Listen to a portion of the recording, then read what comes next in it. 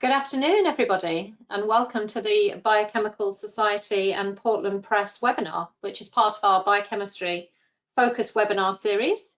So we've been using the webinar series to highlight various research topics through research talks, but also we've been running webinars on practical training and career support for early career researchers. So within the webinars, for those of you who haven't attended one of these before, there is an opportunity through the Ask Questions feature to post questions. So please do that. You're welcome to do that during the talk if you think of something, or you can do it at the end of the talk, and I will read those questions out. And we also welcome suggestions for any future topics or areas that you'd like to see in webinars. So please do take the opportunity to make any suggestions. You can do that today, or you can do that by email via the website at some later date. So my name is Michelle West, and I am a Professor of Tumour Virology at the University of Sussex and Deputy Head of School, but I'm also Chair of the Basic Biosciences Theme Panel at the Biochemical Society, and I'm here in that capacity today. To introduce our invited speaker, who is our Colworth Medal winner for 2020, a little bit delayed in delivering the medal lecture because of COVID. A few false starts. It was meant to be delivered at Machines on Genes meeting in 2020, which was then postponed to 2021 and has now been postponed again. So we've decided to go for online delivery in order to make sure that we can get the medal lecture delivered in an appropriate time frame. So I'm just going to give a bit of introduction to our medal winner, who is Dr. Stephan Uphoff. So welcome to him today. And Stephan is a group leader at Oxford Biochemistry at the University of Oxford. Stephan has been awarded the Colworth Medal, which I will present to him virtually at the end of his talk. And this is awarded for outstanding research by a biochemist of any nationality who has carried out the majority of their work working in the UK or the Republic of Ireland. So Stephan obtained his PhD at Oxford and then obtained a Henry Wellcome postdoctoral fellowship, which was split between his time on that was split between systems biology at Harvard and biochemistry at Oxford. And since 2017, he's been leading research group in the biochemistry department with a Henry Dale fellowship, which he still holds. So Stephan's research, as you can tell by the title of his medal lecture, focuses on understanding the mechanisms of DNA repair and mutagenesis in bacterial cells. So this is important not only for our understanding of fundamental biological processes, but it also has important medical relevance. But despite this, it's unclear which processes cause mutations and how mutational mechanisms are regulated in bacterial cells. And that's what his work has been focused on over the years. So his team take a quantitative multidisciplinary approach to address these questions. And a key aspect of his work has been developing single molecule microscopy techniques to observe molecular processes inside living cells. So he's established a single molecule tracking technique that's allowed the visualization of individual DNA repair proteins as they search for and repair DNA damage. And he's also provided important insight into the mechanisms that determine the long-term fates of bacteria in response to DNA damage and other stresses. So he's made important discoveries, including that the expression of DNA repair proteins varies substantially between genetically identical cells, even when they're growing in a uniform environment. And he's also identified evidence of cell-to-cell heterogeneity and mutagenesis, which raises the possibility that evolutionary processes may not be driven by the bulk population, but potentially by subpopulations which have elevated mutation rates. And he's been able to measure how mutation rates change in real time in response to DNA damage and how each mutation event coincides with other molecular processes within the same cell. So he's been looking at the dynamics of mutagenesis in bacteria treated with antibiotics, trying to understand the mutational processes that drive the evolution of antibiotic resistance, and hopes to ultimately devise processes and approaches to counteract the problem, which is obviously a major threat to human health, that's antimicrobial resistance. So today in his medal lecture, Stephan's going to be presenting this award-winning research focused on DNA repair and mutagenesis.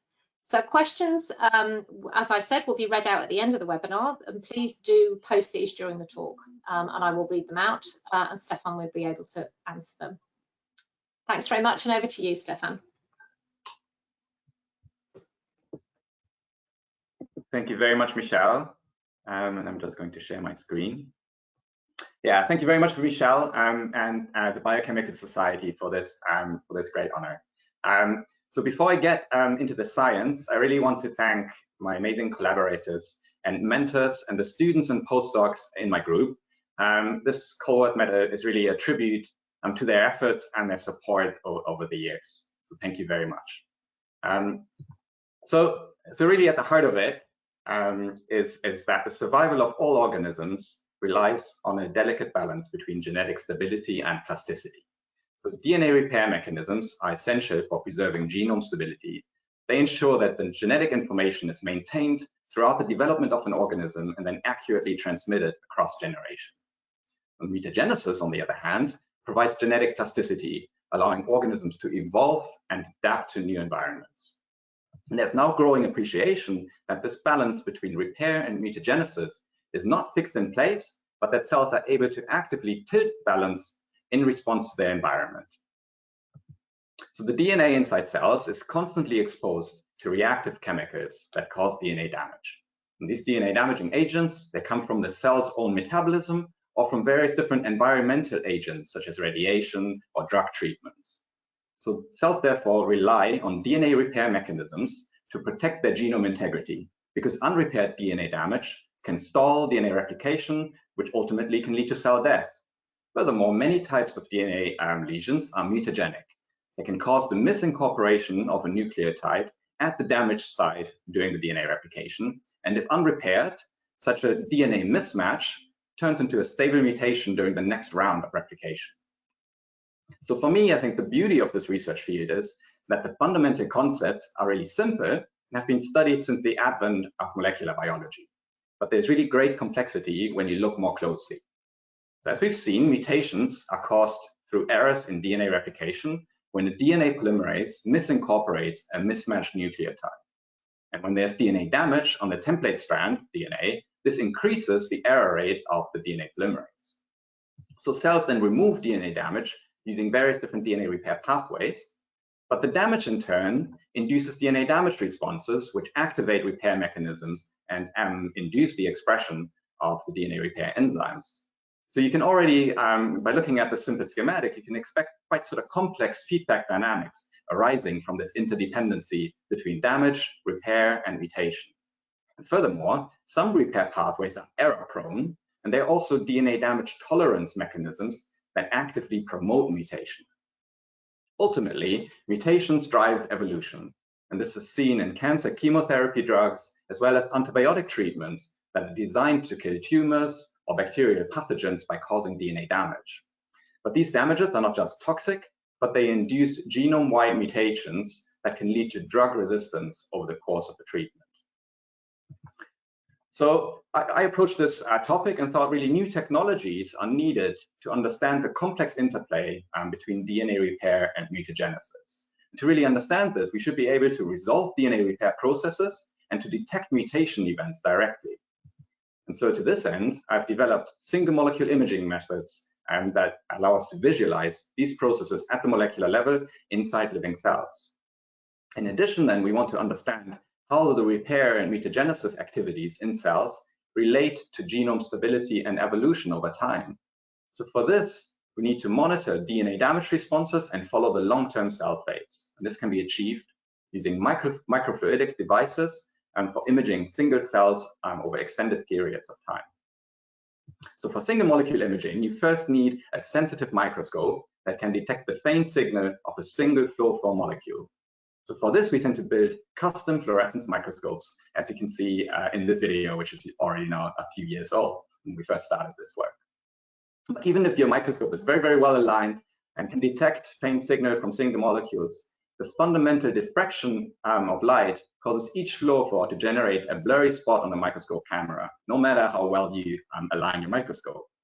So in the dense and crowded environment of the cell, the signals of different molecules overlap and you cannot resolve the individual molecule localizations. So Eric Betzig, W.E. Murner, and colleagues realized that this fundamental limit in optical resolution can be overcome if the signal of individual fluorescent molecules could be separated over time. And this additional dimension of time allows each molecule to be visualized in isolation and localized with high accuracy. So over time then, all the different molecule localizations can be detected and reconstructed as a map of molecule localizations. So this principle can be realized using particular type of fluorophores that can be switched from a non-fluorescent to a fluorescent state. For example, the photoactivatable M-cherry is a fluorescent protein, or short PA-M-cherry, that can be switched on by illumination with 405 nanometer light.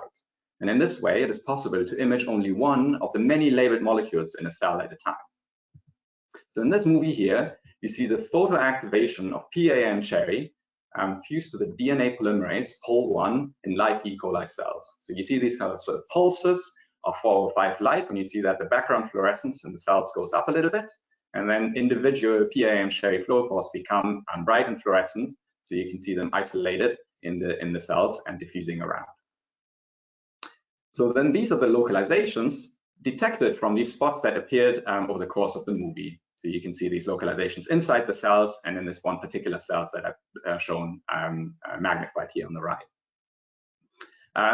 But you also actually notice that the molecules were actually moving around in the cells. So with a tracking algorithm, nearby localizations can then be connected from one frame to the next. And this yields molecule trajectories, as you can see for this particular movie. So each of these trajectories provides direct information about the function that an individual molecule performed in the cell. So we applied this method then to visualize DNA repair events in live bacteria. So many types of DNA lesions are removed by DNA excision repair pathways. These involve enzymes that recognize lesions and remove either the damaged DNA base, or they remove a stretch of DNA containing the lesion. And this gap in the DNA is then resynthesized by a DNA polymerase, and the resulting nick is then sealed by DNA ligase. So here we image the DNA POL1 of E. coli fused to PA-M-cherry fluorescent protein. And so in untreated cells, you can see that a single POL1 molecule becomes photoactivated and diffuses around in the cell. And then over time, different molecules become activated, and we see the map of the tracks on the right, and all the diffusing molecules are visible as the blue tracks in these cells. So then we treated the cells with a chemical agent, methylmethane sulfonate, or short MMS, that causes DNA alkylation lesions. And in these treated cells, we see immobilized POL1 enzymes that are not diffusing around, like in the untreated cells. And these are the red tracks that you can see on the right. And you can see that the MMS treatment increases the number of these immobile POL1 molecules. So with this method, we can obtain detailed quantitative information about DNA repair pathways. For example, we can compute the diffusion coefficient from each track and then examine the distribution of diffusion coefficients. So in undamaged cells, you can see that POL1 and ligase show a broad distribution of mostly mobile molecules. And then in chemically fixed cells, all molecules of POL1 become immobilized as expected. And then in cells treated with MMS, we see a distinct population of immobilized molecules as well as the moving molecules. So based on this, then, we can quantify the dynamics of recruitment of repair enzymes when the cells are exposed to DNA-damaging agent. So this plot, for instance, shows the fraction of POL1 molecules that become immobilized during MMS treatment. And then we can also follow the decay of repair activities as the lesions are removed when the cells are recovering. Furthermore, we can look at the appearance and the disappearance of the immobile fluorescent spots, and therefore measure the dwell time of enzymes at lesions. So we find that the POL1 spends on average 2 seconds bound at a site per repair event. And with this time, then, we can actually convert the fraction of immobilized molecules to the frequency of repair events. So for example, each POL1 repairs on average 1 lesion per minute in untreated cells, and this rises to about 3 repair events per minute during the damage treatment. And furthermore, if we know the total number of polymerase molecules in the cell, which is about 400, then we can multiply the rate for individual molecule to get the total rate of repair reactions per cell. And this raises from a basal rate of around 400 repair events to around 1,200 repair events per minute with MMS treatment. We also studied the lesion recognition and initiation steps of the DNA repair pathway. So nucleotide excision repair is initiated by UVRA and UVRB proteins that detect lesions.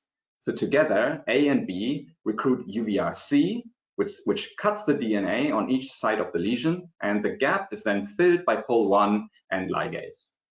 So it was long believed from in vitro studies that UVRA and B form a complex in solution and that they scan the genome for lesions together.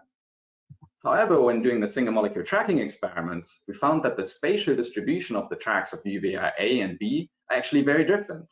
So UVRA is found in the same area of the cell where the nucleoid is, as you can see here in a cell where we stained the DNA with a dye and then tracked UVRA in the same cell. However, the UVRB tracks were not constrained to the same area of where the DNA is, but they instead filled the entire cytoplasm. So evidently, UVRB is moving independently of UVRA. And furthermore, we find that the distribution of the diffusion coefficients for UVRA and B molecules are very different. So these observations, together with various different genetic perturbations, led us to a new model where UVRA searches for lesions on DNA alone and only recruits UVRB to the DNA after it has initially recognized the lesion. So then we decided to look at the lesion search in more detail. So here we see the path of pol 1 as it finds the lesion, binds there transiently in red, and then dissociates again and looks for the next lesion. So seeing this path brings to light the fundamental challenge of all repair mechanisms. How do DNA repair enzymes search for and identify lesions within the vast excess of undamaged DNA? And it has been proposed that they do so via a combination of 3D diffusion and non-specific binding and sliding along DNA to probe for local damages. However, the relevance of this mechanism inside cells remained rather opaque still. So to probe this, we quantified the diffusion coefficients and the spatial distribution of target-bound and searching molecules. And although the searching molecules here of pol 1 are moving rapidly from frame to frame, they are always confined within the area of the nucleoid, which is where these two lobes are in this particular cell. So it looks like pol 1 always stays in close contact with DNA during the target search. This is basically the same behavior as we have also seen for UVRA during the target search as well. So to test this directly, we enzymatically degraded all chromosomal DNA in live cells. You can see this here with the DAPI staining. On the left are the intact cells, and then on the right are cells in which all the chromosomal DNA is enzymatically degraded and the DAPI stain is lost. And so in these chromosome-free cells, we find that the pol 1 diffuses much faster. And we also see that because of a lack of DNA interactions, the tracks of pol 1 now fill the entire cytoplasm. And then we can basically look at the numbers of the diffusion coefficients of the mobile molecules and look at their difference.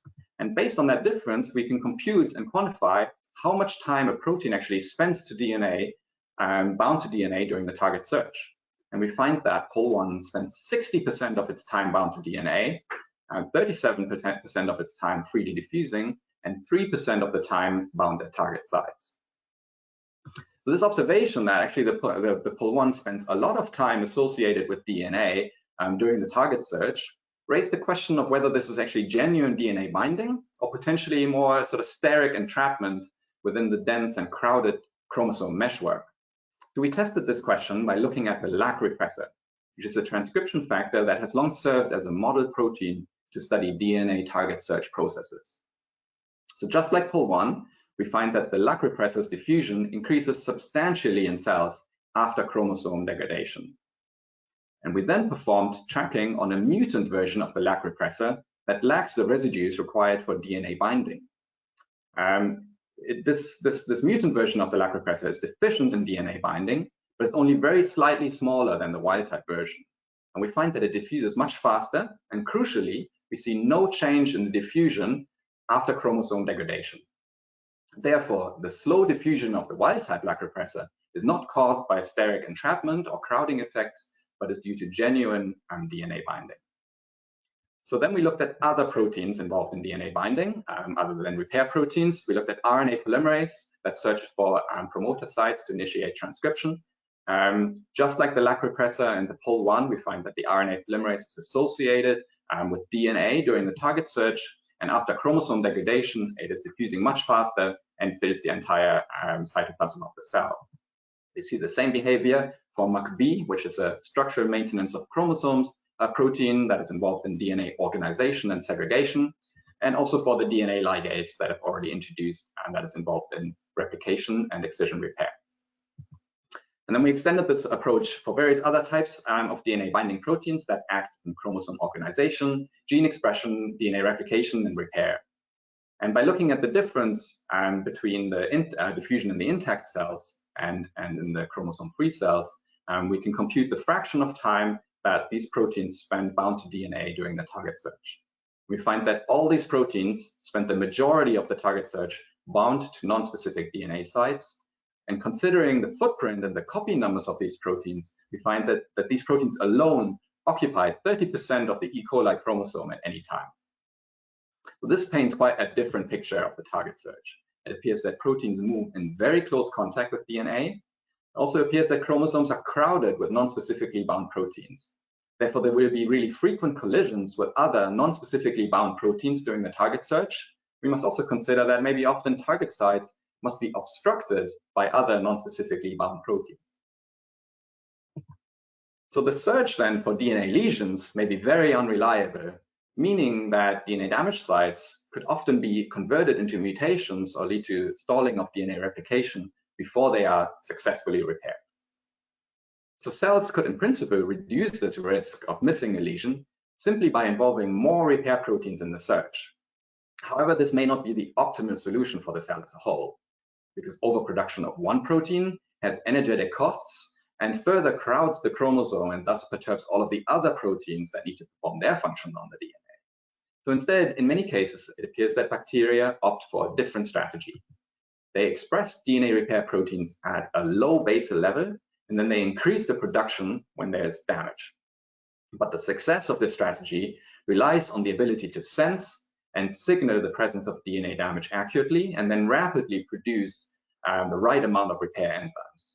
And that raises the question, how reliable is this really, and is it fast enough? Certainly, cells don't want to be stuck in a state with lots of damage and few repair enzymes to fix this. So to address this question, I studied a DNA damage response in which one protein acts as the damage sensor, transcription factor, and repair protein itself. This is the adaptive response to DNA alkylation damage.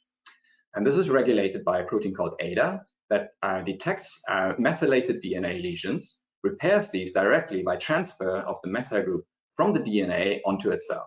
And this irreversible methylation converts the methylated ADA into transcription activator of its own gene. So this then leads to the production of more ADA molecules that can participate in repair and damage signaling, which kind of closes a positive feedback loop, leading to an amplification of the ADA expression levels in the cell. And this adaptation then makes the cells tolerant to alkylation stress. So I imaged a fluorescent protein fusion of ADA fused to MY-PET. So after alkylation treatment with MMS, I find strong induction in most cells that turn yellow, but a subpopulation of cells turn out to fail in inducing the adaptive response. In fact, even at very high damage levels, there's about a 20% population of cells that fails to activate the adaptive response. So it turns out that this damage response doesn't seem to be very reliable at all. So we asked the question, what happens to these cells over time? So to address this, I imaged bacteria growing inside microfluidic channels under constant conditions. So cells are inserted into these narrow growth channels that are fabricated from PDMS material and then continuously supplied with fresh growth medium, and in this case also DNA damage treatment with MMS. So these are all genetically identical cells growing in the same and constant environment. You can see that some cells are activating ADA expression quickly as they turn yellow, but there are also other cells that wait for many generations before they induce this response. So eventually, over time, all cells activate this response, but there's a very, very broad distribution of waiting times. As you can see here, each of these lines is the ADA expression in a single cell. And you can see that some cells wait over 20 generations, which is enough for a cell to grow into a colony of 1 million.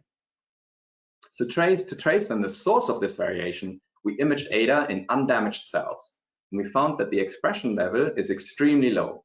The average number of ADA molecules is just 1 molecule per cell, and 20 to 30% of cells contained not even a single ADA molecule. So this led us to quite a surprising model.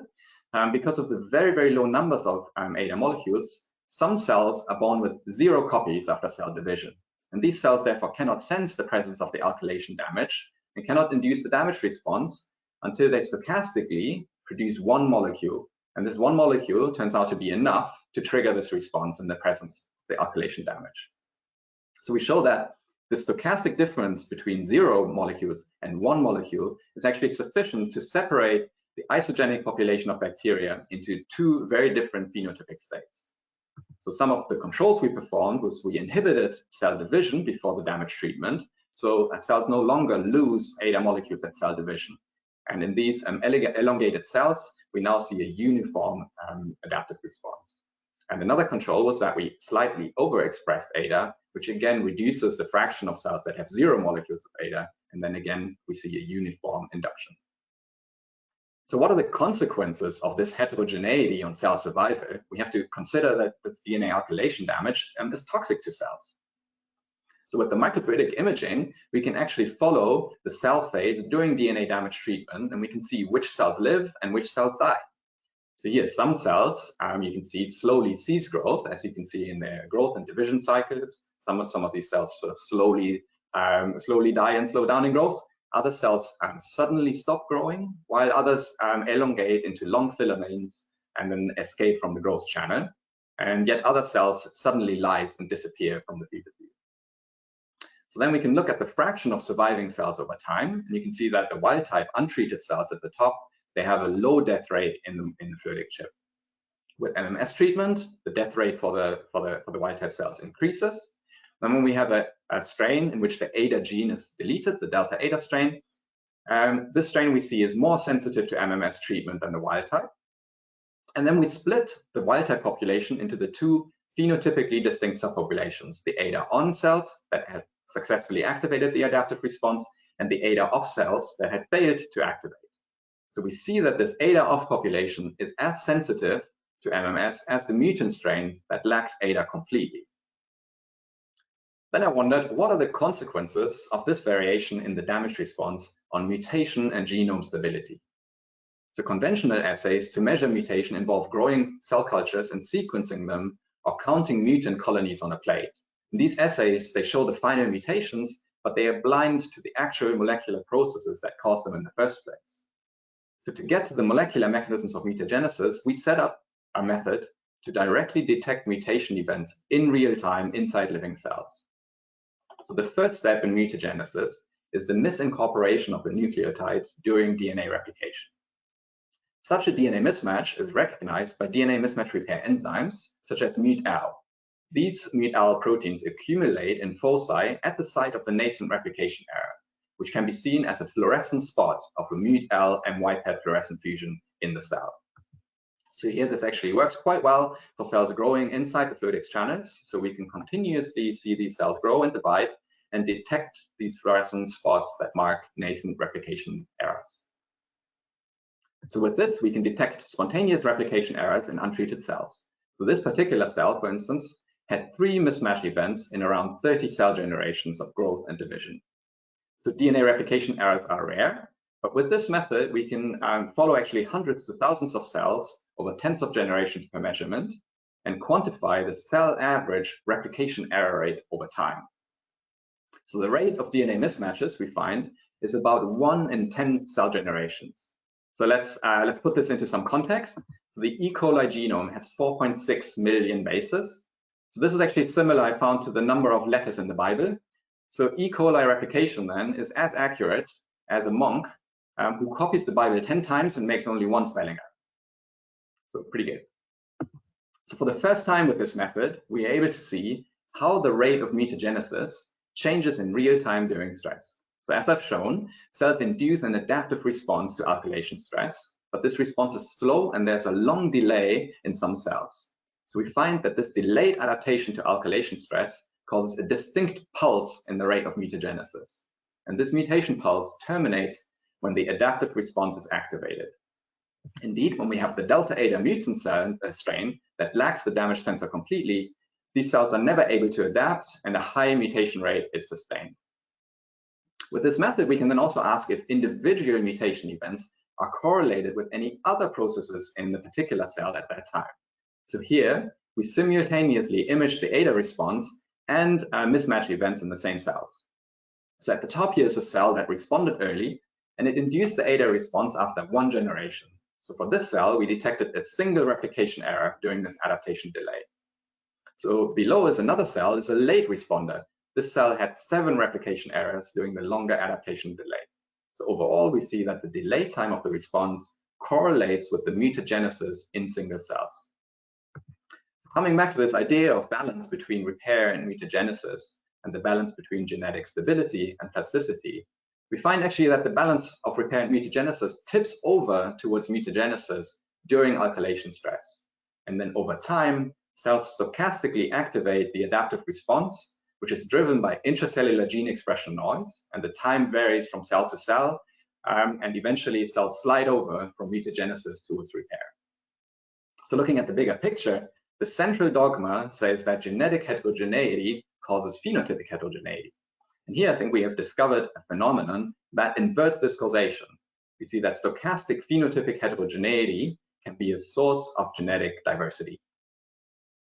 So cells accumulate mutagenic DNA damage during the adaptation delay until the ADA response increases the DNA repair capacity. This DNA damage is also toxic, and it can stall DNA replication. And we found that cell survival then relies on an alternative to DNA repair. It relies on DNA damage tolerance via translesion synthesis. So these translesion synthesis polymerase, they're alternative DNA polymerases that are able to synthesize past DNA lesions, but they are more error-prone than the regular replicative polymerases, and so they are actively mutagenic. And in bacteria, these TLS polymerases are induced via the SOS response. So we imaged a strain that has a mutation that makes it unable to induce the SOS response. And we see that these delta SOS cells, when they're treated with a MMS DNA damaging agent, see that all of these cells, essentially almost all of these cells, die. A lot of these cells lyse. They're certainly very, very, very sensitive to MMS treatment. So quantifying the survival shows this really extreme MMS sensitivity of the SOS deficient strain that cannot induce DNA damage tolerance. But interestingly, actually, there's a small fraction of cells that survives. And these cells are the ones that are rescued by timely activation of the ADA response. So basically, cells can avoid toxic replication stalling in 2 ways. They can either repair lesions before they are in contact by the replication fork, and this requires the ADA response. Alternatively, the cells can use DNA translesion synthesis, which requires the SOS response. And the delay in ADA activation means that the SOS response is absolutely required during this initial adaptation delay, but the lack of the SOS response can be tolerated once ADA is activated. And indeed, we find that the surviving population is gone when both SOS and ADA responses are deleted, as you can see in the red line. So cells really cannot tolerate the loss of both DNA damage tolerance and repair together. However, DNA damage tolerance by the SOS response comes at a cost. These translesion synthesis polymerase, they replicate past damage sites, but they have a higher error rate. To basically look at this mutagenic effect, we imaged a gene expression reporter for the SOS response in blue, and we find that these SOS expression actually occurs in pulses during the damage treatment in individual cells. And curiously, we find that the mismatch events that we detect often coincide with these SOS pulses, which is really consistent with the mutagenic effects of DNA damage tolerance. So looking again at this balance between repair and mutagenesis, we find that the ADA response shifts cells towards repair, while pulses of the SOS response push cells back towards mutagenesis. And the timing and the magnitude of these responses are highly variable across the population, and therefore stochastic phenotypic variation modulates mutagenesis in individual cells. So in their environments, bacteria are constantly exposed to threats. Bacteria but have a remarkable capacity for adaptation to survive in these harsh environments. And stress responses are important here. They induce phenotypic changes that provide temporary stress tolerance. And this in turn opens a window of opportunity during which adaptive mutations may arise that provide long-term heritable stress resistance. But somewhat conversely to this view, we see that alkylation stress actually causes a mutation burst, and this burst occurs before the protective stress response is active. And furthermore, we see that the SOS response is also a tolerance response that actively generates mutations. So we decided to look in more detail at the SOS response. It's an interesting and very well conserved response that is regulated by a transcriptional repressor called LEX-A. DNA damage triggers the cell cleavage and then degradation of the LEX-A repressor. And this leads to the expression of mutagenic DNA translesion synthesis polymerases. But the SOS response also induces a variety of other outputs, such as cell filamentation, horizontal gene transfer, and the expression of toxins and virulence factors, and antibiotic persistence as well. And these outputs, they have mutagenic effects and they have high fitness costs, which means that these functions really should be tightly repressed when they are not needed for survival. And this kind of raises the question, how reliable is the repression of the SOS response? To address this, we measured the LEX-A regulation of the SOS response using single molecule imaging of the LEX-A repressor fused to the halo tag, which is a protein tag that can be labeled with fluorescent dyes in live cells. And so with this construct, we can distinguish different populations of LEX-A based on their mobility in cells using single molecule tracking. So specifically, we see immobile promoter-bound LEX-A molecules in dark blue.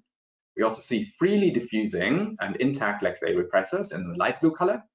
And we also detect cleaved and degraded LEX-A species that have a high diffusion coefficient. And surprisingly, we found actually that the LEX-A repressor is frequently degraded even in untreated cells that are growing in optimal lab conditions. So you can actually see cells that contain lots of these degraded LEX-A molecules in yellow. These cells also strongly express an SOS response reporter that we imaged in the same cells. Therefore, it appears that variation in LEX-A concentration due to spontaneous degradation of this repressor causes a de-repression of the SOS response, even in optimal conditions. Indeed, using our single molecule or single cell microfluidic chips, we see that spontaneous expression pulses are induced in cells growing in optimal conditions. And these pulses are completely absent in a mutant strain that expresses a non-cleavable variant of the LEX-A repressor. And this was quite surprising, considering that SOS induction has a high fitness cost and is mutagenic. So it could be that the regulatory mechanism of LEX-A repressor degradation is intrinsically noisy, or it could be that spontaneous SOS induction actually has functional benefits. For example, the mutagenesis induced by the SOS response could be beneficial when there's suddenly a pressure to evolve. In fact, the mutagenic effects of the SOS response have been linked to the evolution of antibiotic resistance. So many types of antibiotics are now believed to cause DNA damage in bacteria. And this damage should induce the SOS response, and which in turn then increases mutation rates that can lead to drug resistance. So here we treated cells with norfloxacin, which is an antibiotic that inhibits DNA topoisomerases. And we looked at these cells in the microfluidic chips. So you can see that there's a decline in the population during and after treatment. And then by imaging the SOS gene expression reporter, we find that single cells induce the SOS response during and after the treatment. We also then see, by looking at the rates of the DNA replication errors, that the rate of mutagenesis increases with antibiotic treatment. And strikingly, the timing of the mutagenesis dynamics matches precisely the timing of the SOS response. So it's really in agreement with this idea that the SOS response is mutagenic and could drive antibiotic resistance. So the regulation of DNA repair and mutagenesis sets the balance between genetic stability and plasticity, which is right at the core of evolution. So one would expect that cells should always protect their genetic integrity at any cost, and that any mutations that arise would be due simply to intrinsic and unavoidable errors in the repair system and the replication machinery. But in contrast, it is becoming increasingly clear that cells do not always prioritize genetic stability, but they tilt the balance towards mutagenesis when environmental conditions change. And our measurements indicate that these regulatory mechanisms of DNA repair and mutagenesis are very sensitive to noise. And this noise is constantly shaking at this balance and can even split cell populations such that individual cells slide from repair towards mutagenesis or from mutagenesis to repair. And for me, the fascinating thing about this phenotypic variation in DNA repair and mutagenesis is that it can be a source of genetic variation in a population.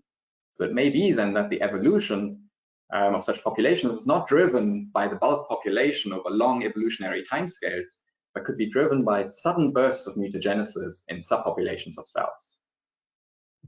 So before I finish, I'd like to just summarize and ask the question, why is it useful from a methodological point of view to measure DNA repair and mutagenesis at the single molecule and single cell level? Well, single molecules are the actual units of the biochemical reactions of repair and mutagenesis. So they are really the appropriate scale of measurement of these processes. Equally, single cells are the units where genetic variation occurs. Single cells then compete for selection. They are then the units of microbial evolution. The microscopy methods that I've covered today, they avoid population averaging, both at the molecular and at the cellular scales. So we can resolve heterogeneous populations of molecules and cells. We can see transient states, such as the transient binding of a protein to a damaged site, or transient burst of mutagenesis in a cell. And as I've shown, turns out that rare events and low numbers of molecules play important roles in DNA repair and mutagenesis. So it's important to be able to detect these directly. And ultimately, seeing is believing. Using these techniques, we can directly watch these processes happening and kind of shed light on quite an abstract phenomenon of mutagenesis and evolution. So why is it then useful to image these processes in real time inside living cells? Well, this makes it possible to link DNA repair and mutagenesis directly by watching both of those processes simultaneously. It's then also possible to identify any connections of these processes with any other processes that are going on inside cells. And furthermore, by following live cells using microfluidics, we can monitor cell fates and ultimately understand how DNA repair and mutagenesis drive genome stability and evolution. So with this, I'd like to thank my wonderful team of lab members, both past and present, my collaborators and mentors over the years. You've seen the photos at the beginning. And I also want to highlight the Wellcome Trust for the flexible funding that they provide to explore one's own research interests. Thank you very much for your attention, and I'd be happy to answer any questions. Thank you very much, Stephan, for an absolutely lovely talk. So before we move to questions, I'm just going to do the, and please do, we've had a couple of questions in, but please do continue to type your questions. I know it can take a little while to actually type them, so please do start now. So before we move to questions though, I just want to formally virtually present you with your Colworth Medal, which hopefully you can see on the screen here is an actual medal which has already been engraved with your name and your date of award, and it's actually showing Colworth House here, which is based on the Colworth Science Park, because this medal was initiated as a result of a collaboration with Unilever and the Biochemical Society in 1963. So this is going to be posted to you as soon as the Biochemical Society staff can whiz it down to the post office. So hopefully you will be in receipt of it soon. So many thanks for the talk and congratulations on the medal, and sorry for the delay in presenting it. So as I said, well done. So do continue to type in questions, and I'll start with the questions that we've already received. Miriam El Karoui has asked a question. So first of all, she thanks you for such a lovely talk. And then the question is about the states of Pol 1. So the question is, if Pol 1 is in 3 states, so non-specific binding to DNA, bound to damage, and freely diffusing, shouldn't you see 3 populations in the distribution of D star, with D star being apparent diffusion coefficient? Yes. Thank you, Miriam. Thank you for coming to the talk. Yes, this is a great question, and indeed, our model is that even searching molecules that are not stably bound at the damaged site are frequently binding to DNA, but they do this really, really transiently. So we see that these molecules move from frame to frame. So at the temporal resolution of our measurement, which is around between 5 or 10 milliseconds per frame, we always see these molecules moving from one frame to the next. And so when we compute the diffusion coefficient, these molecules are apparently moving, so we don't see them as a distinct immobile population. But we can quantify the relative fraction of time that they spend bound to DNA by comparing between intact cells and then chromosome-free cells that have no DNA present anymore. And so for the pole 1, for instance, the diffusion increased approximately twofold, which kind of the simple calculation means that then the polymerase spends roughly half of its time bound to DNA and half of its time freely diffusing. But in each frame, it goes through several cycles of binding and unbinding, which we don't really resolve directly. And that's why we had to use this kind of indirect approach of removing the DNA from the cells. Excellent, thank you. So we've got a couple of questions now from Luigi Martino. So again, what a great talk. So a question that I was going to ask you actually, if we didn't have very many in the chat, which is, would targeting SOS be a potential strategy to slow down antibiotic resistance? Yes, this has been discussed in the literature, and people are working on inhibitors of the proteins that induce the SOS response, such as REC-A, for instance, is a key protein that actually triggers the degradation of LEX-A. And so, yes, this is something that the field has its eyes on, because it's attractive for two reasons. One is that the SOS response is important for survival. So for many types of antibiotics that are believed to cause DNA damage, if you inhibit the SOS response, you can make the antibiotics more potent. But furthermore, you can avoid induction of error-prone DNA polymerases as well. And so this is kind of makes it really attractive as sort of adjuvant potentially to add to existing antibiotic treatments.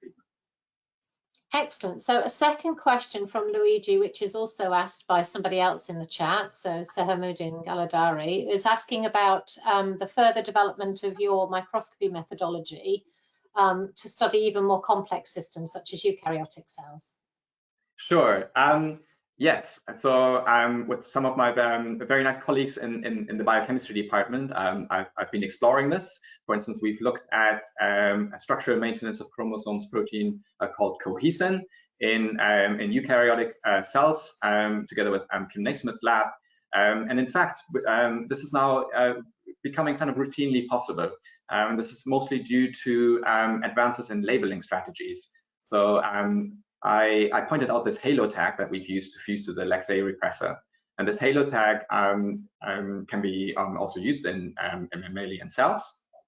And it can be labeled with cell-permeable synthetic dyes. And these synthetic dyes are brighter than the fluorescent proteins that we initially started with when we developed these methods. And so they can be very nicely detected even in larger cells, even when the fluorescent autofluorescent background in the cells is higher.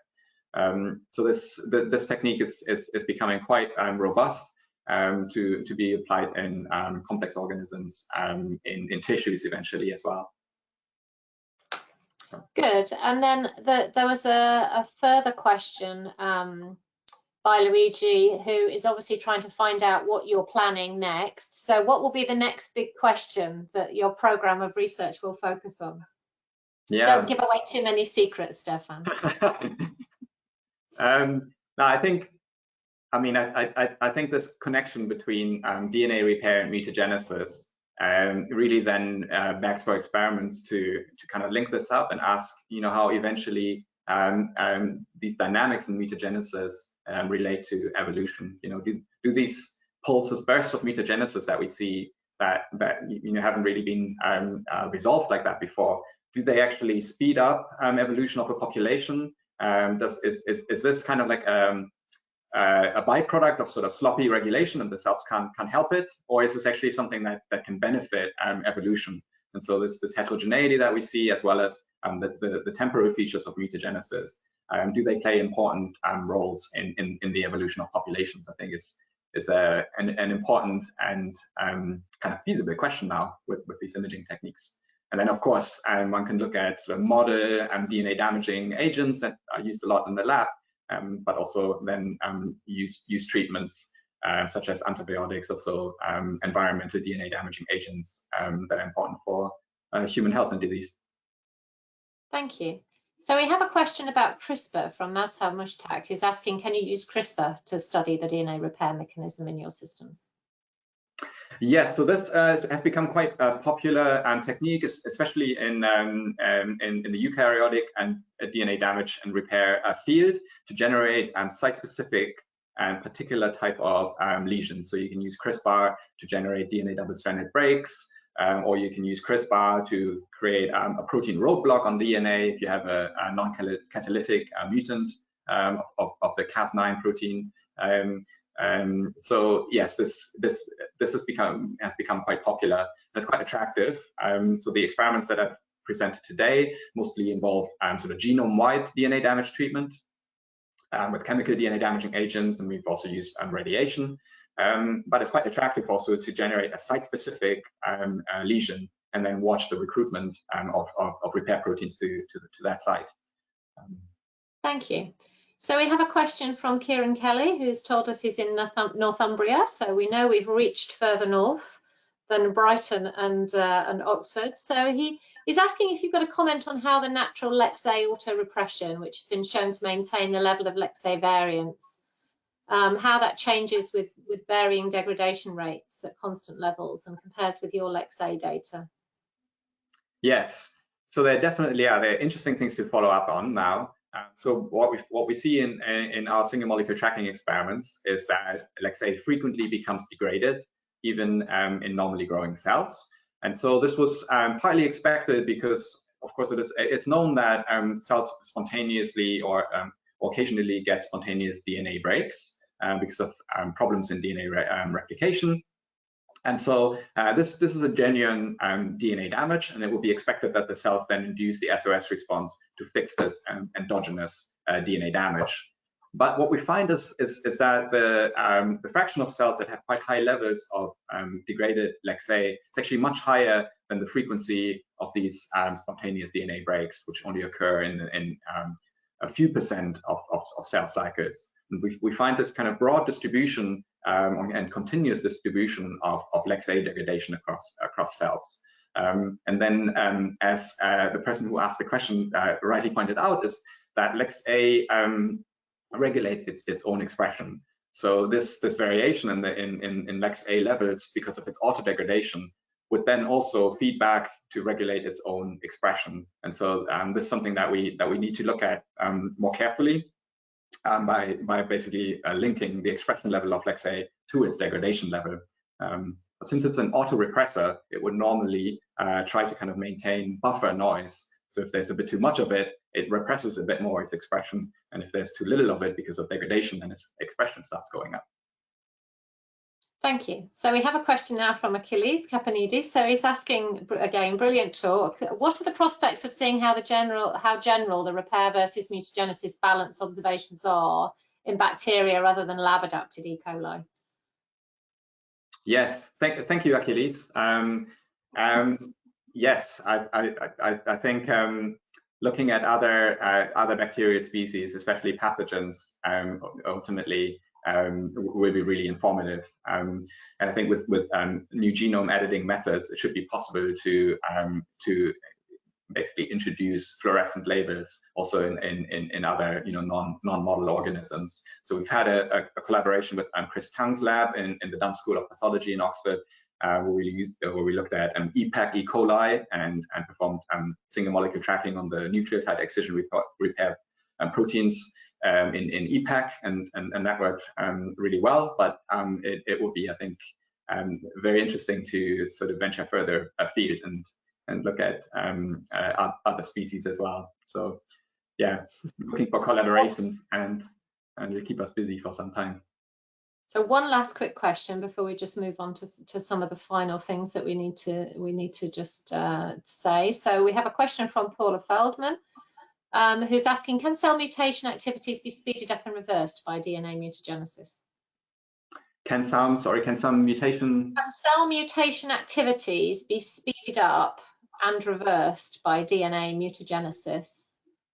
Right. So I guess this is sort of what we're seeing, that the rates of mutagenesis sometimes speed up and sometimes slow down. And this is modulated by the expression of proteins that act in repair or proteins that act in mutagenesis. So both a lack of repair or an overexpression of mutagenic polymerases modulates overall the rates of genetic change. In terms of reversion, I'm wondering if this maybe relates to a question where if you get one mutation and it's maybe a deleterious mutation, can that maybe be reversed again? So this can, I guess, either happen through selection. If it's a very deleterious mutation, maybe that individual cell won't be able to compete in the population and kind of drop out. But it's also, I guess, possible, though rare, that mutations eventually get overwritten by another mutation and reversed, right? So that does happen as well. Yeah, excellent, thank you.